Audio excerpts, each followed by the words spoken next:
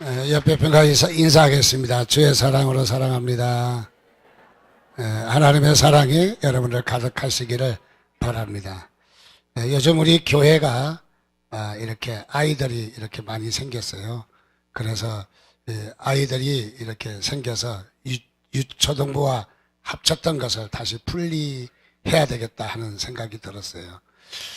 그래서 아이들이 많아서 제가 신혼부부 좀 어느 정도 조금 되신 분들에게 물어봤어요. 참 이렇게 너무너무 행복하고 좋은 것 같다.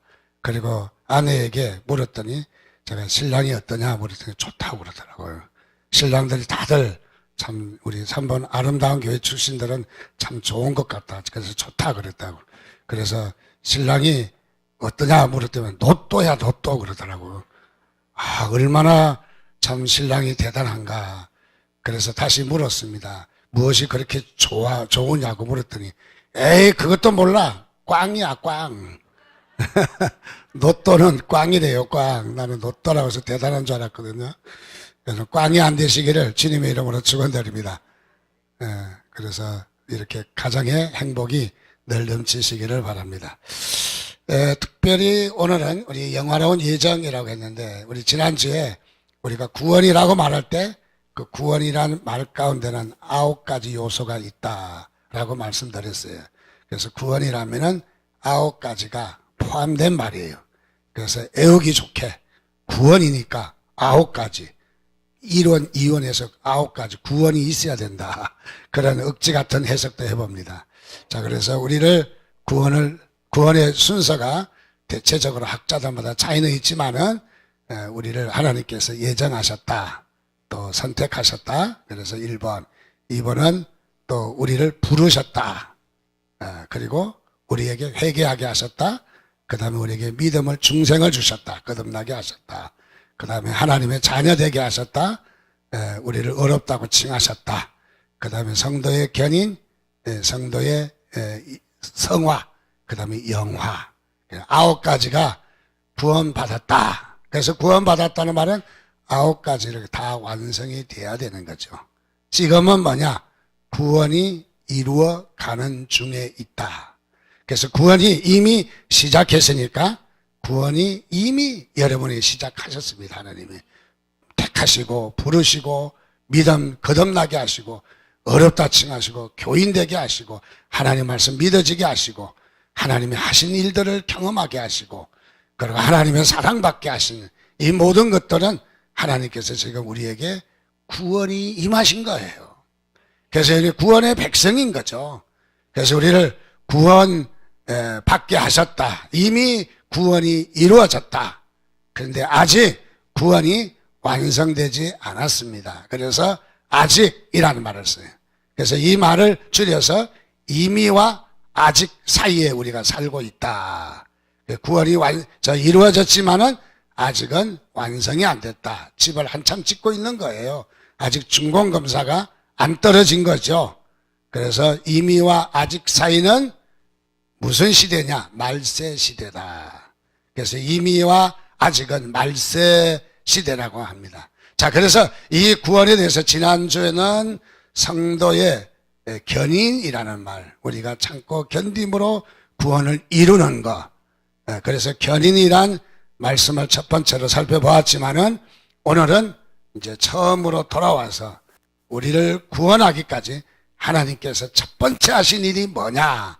그것이 바로 우리를 예정하셨다. 우리를 선택하셨다. 여러분 예정하신 것을 믿으시기 바랍니다. 그래서 하나님께서 우리를 예정하셨다. 그래서 예정하셨다 하는 말씀을 좀 나누어 보려고 생각합니다. 좀 더 있다 우리가 보기로 하고 특별히 우리 동남아를 이렇게 돌아다녀 보면은 대체적으로 못 사는 나라가 많잖아요. 동남아. 그런데 이 동남아에 가면은 이렇게 참 어렵게 사는 뭐 보트 피플이라든지 또는 산지에 살고 있는 이런 사람들, 뭐 필리핀이라든지 태국, 인도네시아, 방글라데시, 캄보디아, 인도 뭐 등등의 이런 데 가서 보면 삶이 참 형편없는 사람들이 참 너무 많이 있는 것 같아요. 또 그 중에도 보면 어떤 사람은 인도 같은 데는 이 계급 사회니까 잘 사는 사람은 엄청 잘 살아요.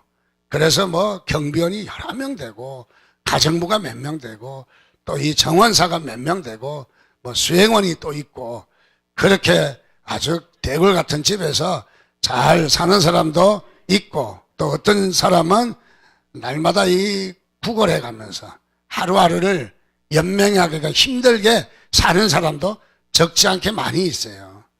근데 이렇게 빈부격차가 크게 나는 것을 보면 사회가 조용하고 안정되어 있어요. 그런데 아마 우리나라 같으면은 그 정도 빈부 차이가 나면은 아마 난리가 날 터인데 어떻게 이 동남아의 대체적인 나라들은 그런 빈부격차가 많이 났는데도 불구하고 전혀 이렇게 사회적인 갈등이 없이 잘 살아가는 것을 볼 수가 있어요. 그래서 그들에게 물어보면은 딱 한마디 대답은 이렇습니다. 그것은 다름이 아니라 우리는 태어날 때부터 가난하게 살도록 태어났다는 거예요. 태어날 때부터. 그래서 우리는 가난하게 살도록 태어났다. 그것이 우리의 운명이라는 거예요. 가난하게 사는 것이 그것이 자신들의 운명이라는 거예요. 그리고 귀족과 황실과 또는 뭐 부자들은 부자로 살도록 태어난 사람이고 우리는 이렇게 가난하게 살도록 태어났기 때문에 우리가 더 이상 무엇을 할 필요가 없다. 그래서 무엇이라고 생각하냐면은 자신들이 그렇게 태어난 것은 사회적인 구조가 아니라 우리에게 그렇게 태어날 수밖에 없는 운명이다 하는 것을 말해요. 운명. 자, 그래서 우리는 이 운명이라는 것과 그 다음에 예정이라는 것. 우리가 우리 장로교의 특성이 바로 예정이라는 것. 물론 뭐 감리교도 예정이 있어요. 예지예정이냐, 우리 예정예지냐, 뭐 여기에 대해서 이렇게 갑론을박은 있지만은 그러나 대체적으로 예정이라는 것에 대해서 많은 사람들이 오해를 하고 있다는 거죠. 그래서 예정이라는 것이 이 운명하고 같은 말로 운명적이다. 그런 말로 오해하는 사람들이 많이 있다는 것이죠. 그래서 여기에 동남아의 이런 사람들도 보면은 바로 아무런 불평도 없이 운명이 그렇기 때문에 또 부자를 보면서 시기하는 마음이나 또는 부러워하는 마음도 없이 그대로 거지처럼 살아가는 것에 만족을 두고 살아가는 모습이 많이 나타납니다. 그래서 일반적으로 운명론자들은 사람이 날 때부터 바로 타고난 것이라 어쩔 수 없어서 체념해버려요. 가난하게 사는 그 자체로 체념해버리는 거죠. 그런데 우리가 우리의 인생에 있어서 가난하게 살고 운명으로 우리의 인생을 내던진다면은 이것은 하나님의 뜻에 얼마나 위배되는가. 그야말로 우리는 하나님의 부르심에 합당하지 못한, 성경에 말씀하신 것에 합당하지 못한 삶인가를 우리가 다시 한번 볼 수 있습니다. 그래서 성경은 우리에게 이렇게 가르치고 있습니다. 하나님께서 우리 인간을 창조하실 때 오래전부터, 우주를 창조하기 전부터 우리를 예정하셨고, 그리고 우리가 태어나서서 행복하고 평화롭고 부유하게 살도록 하나님이 우리를 지으신 것을 여러분이 믿으시기 바랍니다. 그래서 당연히 하나님께서 우리에게 본능적으로 우리에게 주신 행복 추구권이 있어요. 그래서 우리는 행복하게 살아야 될 권리가 있는 거예요. 행복하게. 그래서 우리는 행복을 추구하고 또 부유하게 살도록 우리가 더 노력하고 더 버는 일은 결코 제약이 아니라는 거죠. 우리는 가난하게 사는 것만 정직한 것이 아니라 부하게 살아도 성경에도 부자를 나무란 적이 없어요. 부자를요. 부자에 대해서 잘못된 태도를 논한 거지 부자를 욕한 적이 없다는 거죠. 왜냐하면 하나님께서는 우리를 이 땅에서 행복하고 평화롭게 또는 부유하게 살도록 하시는 것이 하나님의 뜻이라는 것이죠. 그래서 하나님께서 천지를 창조하시고 그 다음에 사람을 지으시되 그 사람이 행복하게 살도록 하나님과 교제하도록 하나님이 지으셨지만은 인간은 하나님을 떠나 하나님을 거절함으로 말미암아 우리에게 제약이 들어왔고 그래서 우리는 불행하게 삶을 살아가고 있다는 것이죠. 자, 이런 우리의 이 삶에 우리가 도전해야 될 부분은 우리 기독교는 운명론에 도전해야 됩니다. 운명론이 제약입니다. 운명론이 우리는 받아들이면 그것을 우리가 피폐하게 되는 거예요. 우리의 삶이 피폐하고 돌아가서 하나님의 뜻에도 부합되지 않는 잘못된 것이죠. 그래서 성경에는 바로 이 운명론을 다시 말하면 적이다라고 말합니다. 절대로 용납할 수 없는 이론이다. 그런데 어떤 사람들은 우리 기독교의 이 예정론이 운명론이다라고 잘못 오해를 하고 있는 것이 있습니다. 먼저 우리가 이 운명론과 예정론을 조금 분리하고 싶은데요. 그러기 전에 먼저 하나님께서 우리의 이 인류를 다스리고 우주를 다스리시고 운행하시고 인도하시고 말씀하시고 그래서 이 모든 것이 뭐냐면 하나님이 우리를 다스리는 이 손길이 하나님의 섭리라고 합니다. 섭리. 자, 하나님의 섭리, 하나님의 뜻이다, 하나님의 계획이다, 하나님이 인도하시는 거다. 그래서 하나님의 섭리라고 하는데, 자, 이 하나님의 섭리라고 할 때는 두 가지가 있다는 거죠. 하나는 일반적인 섭리가 있고 두 번째는 절대적인 섭리가 있다. 그래서 이 일반적인 섭리는 무엇이냐면 누구에게나 다 주어지는 것. 하나님을 믿지 않아도 주어지는 것. 열심히 일하면 하나님 안 믿어도 벌 수 있고 행복을 어느 정도 가질 수가 있어요. 그리고 악한 사람에게도 동일하게 비를 내리셔요. 선한 사람에게만 비를 내리시는 것이 아니라 악한 사람에게도 하나님께서 비를 내리십니다. 그리고 이 하나님은 어떻습니까? 일반적으로 이 땅에 운행하시는 것이죠. 가만히 보면 일본 같은 나라는 우상도 많고 또 더 나가서 일본 같은 나라는 하나님도 잘 믿지 않는데 또 국민성 자체도 사람들을 속이고 간사하고 또 뭐 이렇게 이미테이션 잘하고 그런 일본인데 일본인이 왜 잘 살까? 하나님이 살아계시는데 왜 저들 잘 살게 할까? 시간만 있으면 막 우리를 막 잡아먹으려고 난리를 피고 그래서 왜 잘 살까? 일본이라는 나라는 일반 섭리에 하나님의 일반 은총이죠. 일반 은총에 많이 근접해 있다. 참 일본 사람들은 근면하고 성실하고 또 더 나가서 친절하고 일본에 가서 길을 물으면 얼마나 잘 가르쳐주는지 직접 데려다 줍니다. 근데 우리 한국 사람은 저기 있어요. 그냥 그러고 말지. 그래서 일본 사람들은 일반 은총, 이 하나님의 일반 섭리에 근접해 있다. 저는 그렇게 해석하고 싶어요. 일반 섭리에만 근접해도 잘 살 수 있다. 그러나 거기에는 큰 것이 또 하나 있는 거죠. 자, 그런데 거기에 이것은 일반 섭리고 또 하나의 절대적인 섭리가 있어요. 이 절대적인 섭리라는 것은 절대로 변함이 없는 섭리예요. 변할 수 없는. 그래서 절대적인 하나님의 섭리라고 하는데 그 섭리는 또 하나가 뭐냐면 바로 하나님께서 구원받을 사람을 창세 전부터 예정하셨다. 하나님께서 예정하신 것은 절대적인 섭리라는 거예요. 그것은 누구에게나 아무에게나 선하고 착하고 또는 어쩌면은 잘 산다고 해서 하나님께서 주셨다 뺏었다 하시는 것이 아니라 하나님께서 한 번 주시면 하시기로 하나님은 결정하시고 그대로 이루어 가신다는 거죠.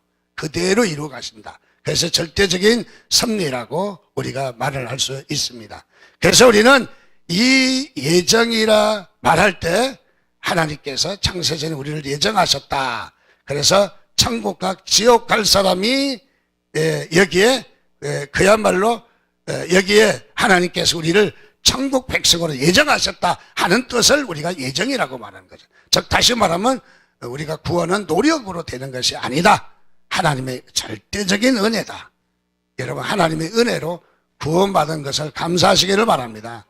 생각해보면 얼마나 하나님께서 우리에게 은혜를 베푸셨는지 또 어떤 사람은 죽음의 사선을 넘어 혹 세터민 같은 경우에 정말 많은 세월 동안 눈물과 어려움과 고통과 그 여러 가지 어려운 시절을 지나고 이런 몇 개국을 둘러서 몇 년 만에 오신 분들 오셔서 하나님 발견하고 하나님을 믿게 되고 또 이렇게 하나님을 예배하게 된 것 생각해 보면 하나님의 은혜였다. 그런 모든 과정을 보면서 하나님의 은혜였다 하는 것을 우리가 이렇게 고백하는 것을 봅니다. 우리도 참 크게 경험하지 않는 것 같지만은 그러나 하나님은 우리를 구원하시려고 얼마나 큰 은혜와 사랑을 베푸시는지를 우리가 다시 한번 깨달을 수 있는 것입니다. 자, 그래서 하나님의 은혜로 우리가 구원받았다고 하는 것을 우리는 예정이라 말한다는 거죠. 그것이 예정이다. 오늘 말씀에도 하나님이 미리 아신 자들을 또한 그 아들의 형상을 본받게 하기 위하여 미리 정하셨으니 이는 그로 많은 형제 중에서 맏아들이 되게 하려 하심이니라. 오늘 이 말씀 가운데 예정에 세 가지 뜻이 딱 들어가 있어요. 세 가지 뜻이. 그 예정이란 무엇이냐 하는 것을 우리가 알 수 있는데, 성경에 뭐 바울, 어거스틴, 칼빈 이런 신학자에 의해서 예정 신학이 이렇게 정립이 잘 된 것입니다. 그런데 여기에 예정론 자체를 반대하는 것이 아니라, 예정론 자체가 문제가 있는 것이 아니라 예정론을 표현한 말이 문제가 있어요. 우리의 말이 그렇게 정확하게 설명을 하려고 해도 말이 안 통하는 것이 참 많아요. 우리가 커뮤니케이션이 그렇게 설명해도 내 의사가 다 전달되지 않아요. 나는 이렇게 이야기했는데 알아듣는 사람은 다르게 알아듣는다는 거죠. 그러니까 우리가 말이라는 것은 완벽하지 않기 때문에 우리 의사 전달이 충분하지 않다라는 거죠. 그래서 우리의 의사 전달이 부분적으로 전달되긴 하지만은 우리의 말이 다 전달되는 게 아니라는 거죠. 그러니까 예정론이라고 말할 때 우리의 이 땅에 사람들이 사용하는 언어이기 때문에 이 말에 대해서 간혹 우리가 뭐 천국 가고 지옥 가는 게 정해져 있다. 또 죄를 짓는 것도 정해져 있다. 또 죄를 지어서도 언젠가는 구원을 받는다. 그래서 마치 뭐 작은 것 하나까지도, 티끌 하나까지도 다 정해져 있다 하는 식으로 예정론을 비판하고, 그리고 예정론을 잘못 알고 있다는 거죠. 그래서 우리는 예정론을 보면서 우리는 운명론에 빠지는 그런 경우가 많이 있다. 그래서 예정론을 이렇게 AD 360년에 태어나서 418년에 죽은 바로 이 영국의 일명 신학자라고 하는 펠라기우스라고 하는, 이 펠라기우스는 이 종교회에서 이단으로 이미 정죄되고, 그는 원죄설을 부인하고 유아세례를 부인하고 그리고 하나님의 예정을 부인하는 이런 이단입니다. 이단. 잘못된 신학자입니다. 그의 주장이 보면은 이렇게 이야기합니다. 예정론을 반박합니다. 하나님께서 다 미리 다 예정했다면은 인간에게 있는 자유의지는 뭐냐? 그래서 자유의지가 무시되었다. 자유의지가. 우리 하나님께서 우리에게 자유의지를 주시거든요. 하나님은 우리에게 이 자유의지를 주셨어요. 우리에게. 구원이라고 하는 큰 틀에서, 구원하시기로 예정된 틀에서 하나님은 우리에게 자유의지를 주셨습니다. 마치 뭐와 같으냐면은 의왕에 들어있는 물고기와 같은 거죠. 의왕에 물고기를 넣어두고 전기불을 켜고 그 다음에 뭐 먹이도 색깔이 잘 나는 먹이가 있대요. 줘서 박수를 치면서 거실 옆에다가 탁 놓고 우리의 정서적인 면을 좀 이렇게 도움을 받기도 하잖아요. 그래서 우리 이 금붕어를 보고 예쁘다, 멋있다, 사랑스럽다 그러면서 아이들과 함께 거기 가서 한참 동안 시간을 보내고 하지 않습니까? 자, 사실은 우리가 열어보면은 금붕어도 그렇게 대단한 존재가 아니에요. 그 불도 아무런 뭐 색깔이 안 나는 전구를 켜면 멋있게 안 보이는 거예요. 그러니까 색깔을 넣은 전구를 켜서 멋있게 보는 거죠. 그러면서 사실은 그것도 냄새나고 비린내 나고 또 뭐 의왕에 있는 고기는 뭐 먹을 수도 있는 것도 아니잖아요, 그거. 그래서 보면은 별 볼 일 없는 거예요. 근데 우리는 전기불을 켜고 의왕을 넣고 거기다 더 예쁘게 수초도 넣고 그러고는 막 예쁘다고 박수를 막 쳐주고, 아이야 이리 와봐라, 이거 봐라 막 그러면서 우리가 칭찬을 하는 것이죠. 자, 무엇을 말하느냐? 인간은 하나님께서 자유의지를 주시는데 의왕이라는 큰 틀에서 이것을 하나님께서 예정하신 거죠. 의왕에는 물고기가 의왕에 들어가지 않고는 살 수가 없는 거예요. 절대로 살 수가 없는 거예요. 그래서 이 물고기를 이 아파트 아주 침대 위에서 전기장판에 불 큰 떡 해놓고 거기서 자라 다 죽는다는 거죠. 하나님의 뜻은 의왕 안에 들어가야 되는 거예요. 근데 의왕 안에서 올라갔다 내려갔다 자로 갔다 우로 갔다 하는 건 지 맘대로 하는 거예요. 그건 자유의지라는 거죠. 자유의지. 하나님은 의왕에서 자로 갔다고 나무래지 않아요. 우로 갔다고 나무래지 않아요. 하나님은 어떻게 물고기를 자로 갈 건가 우로 갈 것인가, 그리고 두 번 불렀다고 왜 또 왼쪽으로 갈 것인가, 그거는 예정하지 않은 거예요. 그거는요. 근데 이렇게 자유의지는 무시가 됐다 그렇게 말합니다. 두 번째로 보니까 인간이 자유에 의해서 결단하고 고백하고 하는데 그야말로 예정론을 이야기하면은 인간의 자원적인 응답, 자발적인 응답, 스스로 하는 응답이라나 또는 노력은 불가능한 것이 아니냐 이렇게 반박을 해요. 세 번째는 구원과 멸망을 미리 결정하는 것은 하나의 운명론이 아니냐, 운명론이 아니냐. 또 네 번째는 믿는다고 말하면서도 안 믿는 사람도 있고 안 믿는다고 하면서도 나중에 보니까 잘 믿는 사람이 있더라. 그런데 어떻게 사람을 획일적으로 하나로 다 그냥 이렇게 획일적인 판단을 하느냐. 그래서 예정론을 못 믿겠다는 것입니다. 마지막 다섯 번째로 이 펠라기우스는 이렇게 이야기합니다. 선택받은 사람만 구원받는다면은 예수 그리스도의 십자가의 죽음과 부활은 너무너무 협소하고 제한적인 게 아니냐.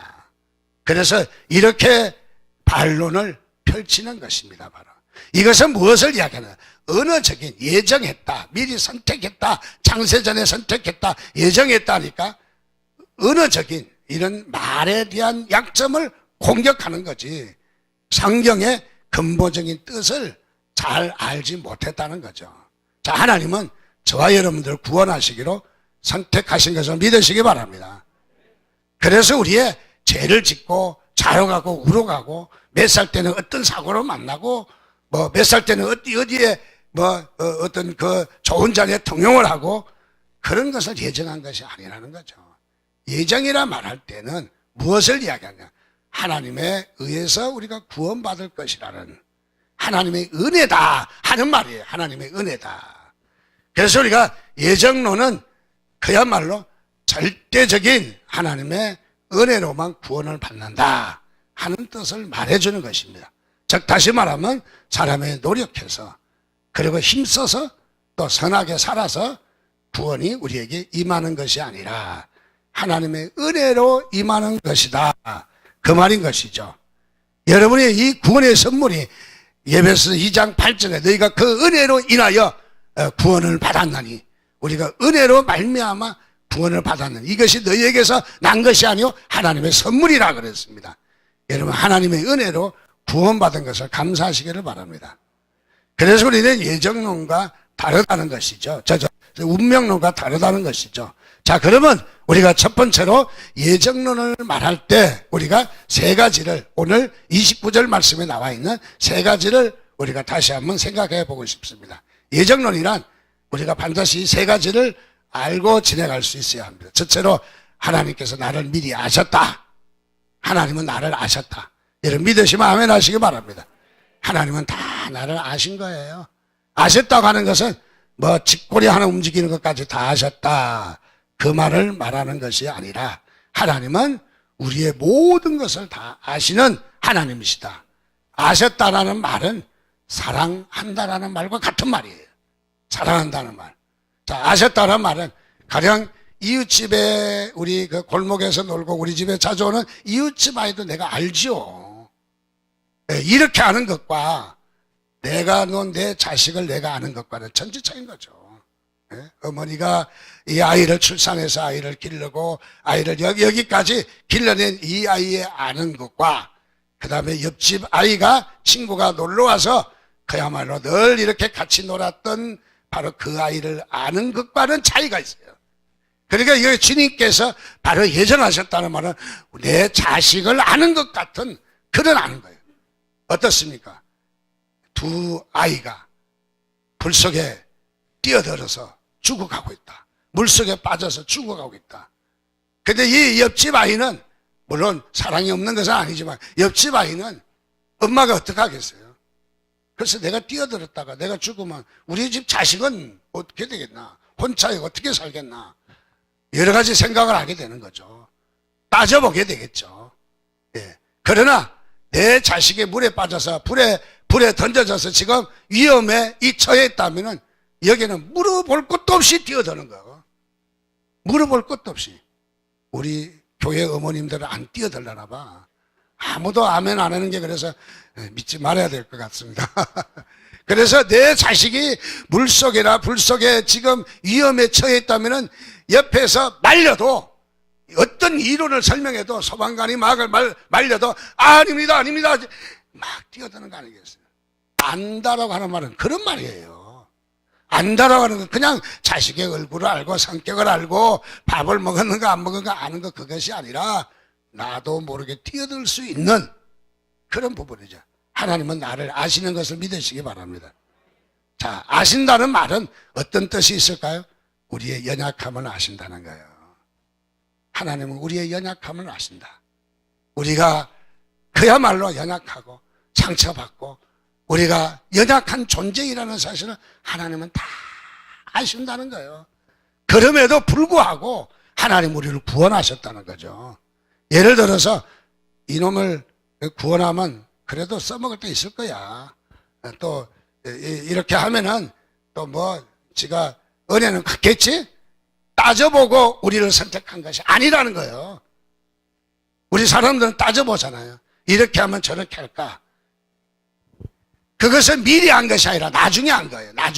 나중에 아는 것은 어떻습니까? 그냥 따져보는 거죠. 그냥 미리 하는 건 어떻습니까?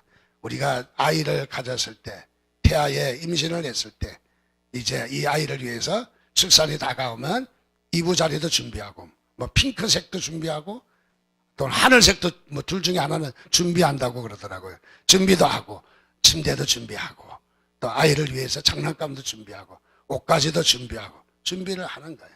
준비를. 자, 이 아이를 따져보고, 이 아이가 똑똑하고 부모에게 효도할 것인가? 따져보고, 그리고 준비했나요? 아닌 거죠. 이 아이에 대해서 그냥 부모가 준비하는 거죠. 이 아이가 연약해도 이 아이가 행여나 장애자라 할지라도 이 아이를 위해서 엄마나 아빠는 그야말로 희생적으로 사랑하는 거죠. 그게 안다라는 거예요. 안다라는 거. 하나님은 우리의 연약함을 감당하셨다. 바로 그 말이죠. 예정하셨다 하는 말은 우리의 연약함을 감당하셨다. 연약함을 다 아심에도 불구하고 우리를 그야말로 자녀 삼으셨다 하는 말인 것이죠. 그래서 안다라는 말은 사랑한다 하는 말과도 바로 같은 말인 것입니다. 바로. 자, 그렇습니다. 이 두 번째는 우리에게 또 이 안다라는 것은 참 우리를 예정했다는 말은 어떤 뜻이 있느냐 하면은 바로 거기에는 우리가 하나님을 닮는다 하는 거예요. 오늘 말씀에도 보니까 닮는다 하는 말이 들어가 있습니다. 우리를 예수 그리스도를 닮도록 예정하셨다. 우리의 예정이라는 말은 무엇이냐면 닮는다는 것이죠. 자, 닮는다는 것은 무엇을 이야기하느냐? 그것은 아이를 데려다가 교육시킨다고 닮는 게 아니라는 거죠. 예를 들어서 한 아이를 입양을 해서 교육을 시키고 다 해도 닮지 않습니다. 그러나 내가 놓은 자식은 닮아요. 얼굴이 닮고 모양이 닮고 어떤 그 눈이 닮고 손발이 닮고 닮아요. 말 안 해도 교육 안 시켜도 자연적 닮아서 다 돌아가는 거예요. 자, 이것은 무엇을 이야기하느냐? 바로 우리는 하나님의 백성이 무엇을 가리키느냐? 주님을 닮는 거예요. 주님을 닮는 것. 여러분, 주님을 닮으시기를 주님의 이름으로 축원드립니다. 그래서 하나님이 미리 아신 자들로 미리 예정이고 아신다는 거고, 또한 그 한 아들의 형상을 본받게 하기 위하여 미리 정하셨으니 그로 많은 형제 중에 맏아들이 되게 하셨다. 자, 그래서 우리는 본받게 하기 위해서, 닮기 위해서 우리는 주님을 닮아야 된다는 거죠. 주님을 피상적으로 아는 것이 아니라 닮아야 된다는 것이죠. 자, 우리는 얼마나 닮았는가 우리가 다시 한번 생각해 볼 수 있습니다. 특별히 하나님의 말씀에 보면은 마태복음 5장에 보면 심령이 가난한 자는 복이 있나니 천국이 저희 것이며 애통하는 자는 복이 있나니 저희가 위로를 받을 것이요 온유한 자는 복이 있나니 그들이 땅을 기업으로 받을 것이며, 이거는 산상수훈이라고 그래요. 너무너무 귀해서 산상보훈이라고 그래요. 그런데 이 말이 무슨 말일까? 너희들도 이렇게 살아라는 거예요. 내가 심령이 가난한 자들 또는 애통하고 온유하고 의에 줄이고 국률이 여기고 마음이 청결하고 화평하고 의를 위하여 핍박받고 이렇게 살으라는 거예요. 이게 뭐냐면은 하나님을 닮는다는 것이에요. 이게 하나님을 닮는 거예요. 그래서 너희들도 이렇게 살아라, 이렇게 닮아라, 죄에 대해서 애통을 해라, 세상에 대해서 애통을 해라, 또 너희도 그런 마음을 가져야 된다. 우리를 닮으라는 거죠. 무엇을 이야기하느냐? 우리의 삶의 지향이 무엇이냐는 거예요. 주님 닮는 거라는 거예요. 주님 닮는 것. 여러분, 우리가 그야말로 가장 중요한 그 부분이 있다면은 바로 주님 닮는 거예요. 예수 그리스도를 영접했다면은 우리에게 또 하나의 중요한 것은 예수님을 닮는 것입니다. 그래서 우리는 주님을 닮아야 합니다. 그래서 우리가 그리스도인들이 늘 지향해야 될 부분은 날마다 그리스도의 형상을 닮아야 되겠다는 의지를 가져야 돼요. 주님을 닮고자 하는 의지를 가져야 돼요. 이게 우리의 삶에 지향하는 목표라는 거죠. 이게 우리가. 그래서 주님 닮아야 합니다. 자, 그래서 우리는 가장 큰 축복이 있다면은 무엇일까요? 아파트를 사는 거? 또는 어떤 큰 벼슬에 등용되는 거? 그런 것도 생각할 수 있겠지만, 우리가 이 땅에 사는 모든 삶은 일하고 출근하고 퇴근하고 어느 자리에 앉고 또 그만두고 모든 세상에 살아가는 거, 이런 모든 과정은 바로 그 가운데서 어떻게 사느냐가 중요한 거예요. 무엇이 되느냐보다, 즉 다시 말하면 그 모든 우리의 삶의 이 길은 한마디로 이야기하면 바로 주님을 닮는 훈련이에요. 주님을 닮는. 그래서 우리의 최고의 축복이 있다면은 주님을 닮는 것입니다. 바로. 여러분, 주님 닮으시기를 바랍니다. 그래서 주님을 닮는 거예요. 예정했다는 거. 주님 닮아라, 그 말이에요. 주님 닮아라. 그래서 우리는 주님을 닮아야 되는 것입니다. 세 번째로 우리가 예정론을 이야기할 때에 세 번째는 무엇을 이야기하느냐? 예수 그리스도의 형상을 닮도록 그리스도의 맏아들로 삼아주셨다. 맏아들로. 자, 우리를 예정했다는 말과 예수 그리스도를 맏아들로 삼아주셨다는 거예요. 우리 주님이 장남이셔요. 우리는 차남, 삼남, 사남. 우리는 그 아들들이에요. 이것을 우리가 나무의 열매로 비유하면은 이 나무가 심은 지 몇 년 되었는데 올해 첫 해로 과일이 열었어요. 근데 이 나무가 무슨 나무인지 잘 몰랐어요. 감나무 같기도 하고 배나무 같기도 하고 사과나무 같기도 하고 나무에 좀 무식해서 잘 몰랐어요. 근데 올해 보니까 열매가 열었는데 사과가 열렸어. 이 나무는 무슨 나무? 사과나무. 열매를 보아 그의 나무를 안다. 무엇이 열렸느냐가 중요한 거죠. 사과나무야. 내년에는 뭐가 열게요? 배가 열지요. 다음에는 감이 열죠? 아니라는 거죠. 내년에는 사과가 틀림없이 열어요. 물론 해갈이라는 게 또 있겠지만은, 그러나 그 다음에도 사과가 틀림없이 열어요. 이제부터는 이 나무 사과가 열리는 거예요. 자, 또 부활로 이야기하면은 어떻습니까? 예수님께서 우리에게 잠자는 자들 첫 열매가 되셨다 그래요. 예수님이 부활하신 것은 무엇이에요? 우리가 부활한다는 말이에요. 우리가 부활한다. 우리를 부활시키기 위해서 주님이 육신이 부활하신 것이라는 거죠. 자, 여기에 이 주님이 우리의 맏아들이 되셨다. 맏아들이. 자, 그런데 우리에게 중요한 것은 주님께서 마리아의 몸에 무엇으로 잉태했다? 성령으로 잉태했다. 야, 잘하시네. 우리는 무엇으로 거듭났다? 성령으로 거듭났다. 그와 주님과 우리는 한 통속이야. 주님도 성령으로 잉태하셨고 우리도 무엇으로 거듭나? 성령으로 거듭난 거야. 우리가 어떤 수고나 선함으로 우리가 거듭난 것이 아니라 성령으로 거듭나. 보니까 우리의 출신이 하나야. 하나야. 여러분 누가 뭐라 그래도 입양을 해서 데리고 키워도 나 안 닮습니다. 안 닮아요. 그런데 같이 태어난 자식은 닮아요. 아버지와 아들이 닮는다고요. 무엇을 이야기하느냐? 우리를 자녀 삼아 주셨다는 거예요. 예정했다는 말은 우리 주님을 우리 닮았다는 말인데 그가 맏아들이고 하나님의 맏아들이고 우리가 그 다음에 차자인데 우리가 바로 주님과 닮았다는 거예요. 닮았다는 거. 하나라는 거예요. 맏아들과 자남으로. 무엇을 이야기할까요? 상속을 이야기합니다. 상속. 저는 상속에 대해서 조금 이야기를 듣고 실제 일도 해봤는데 그야말로 부모님이 다 돌아가셨어요.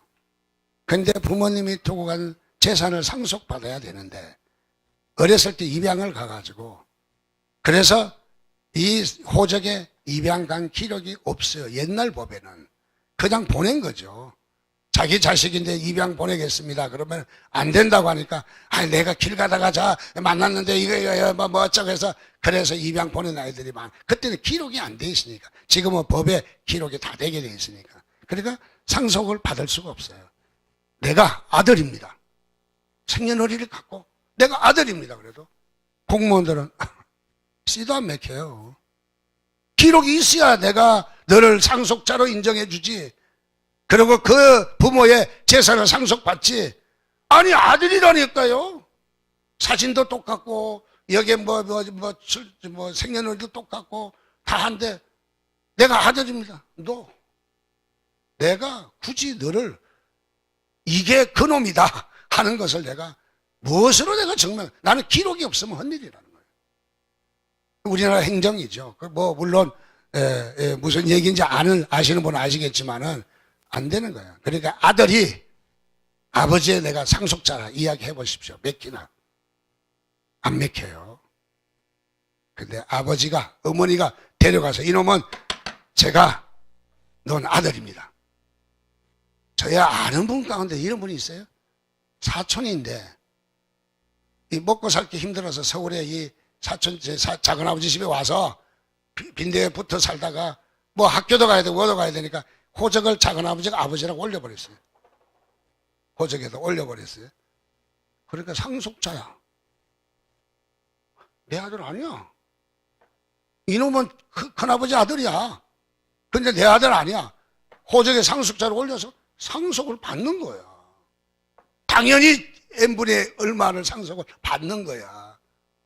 무엇을 이야기하나요? 우리가 상속자라고 주장해봤자 우리는 상속을 받을 수가 없어요. 증빙을 해야 돼. 그러려면 재판을 하든지 DNA 조사를 어쨌든 하든지 복잡해 안 돼. 그러나 아버지는 데려가서 이놈 내 자식입니다 하면은 상속자로 올라가는 거예요. 여기 보니까 주님이 맏아들 되셨다는 말은 하나님이 우리를 당신의 자녀 삼으셨다 이 말이에요. 어렵게 보면 하나님이 자녀 삼아 주셨다는 거예요. 여러분 하나님의 자녀인 것을 믿으시기 바랍니다. 언제나 어디서나 우리 아버지는 하나님이야. 하나님의 자녀야 나는. 근데 믿음이 약해가지고 하나님의 자녀인가? 그래서 목사님이 그랬는데 잘 모르겠어요. 어떤 분이 이래요.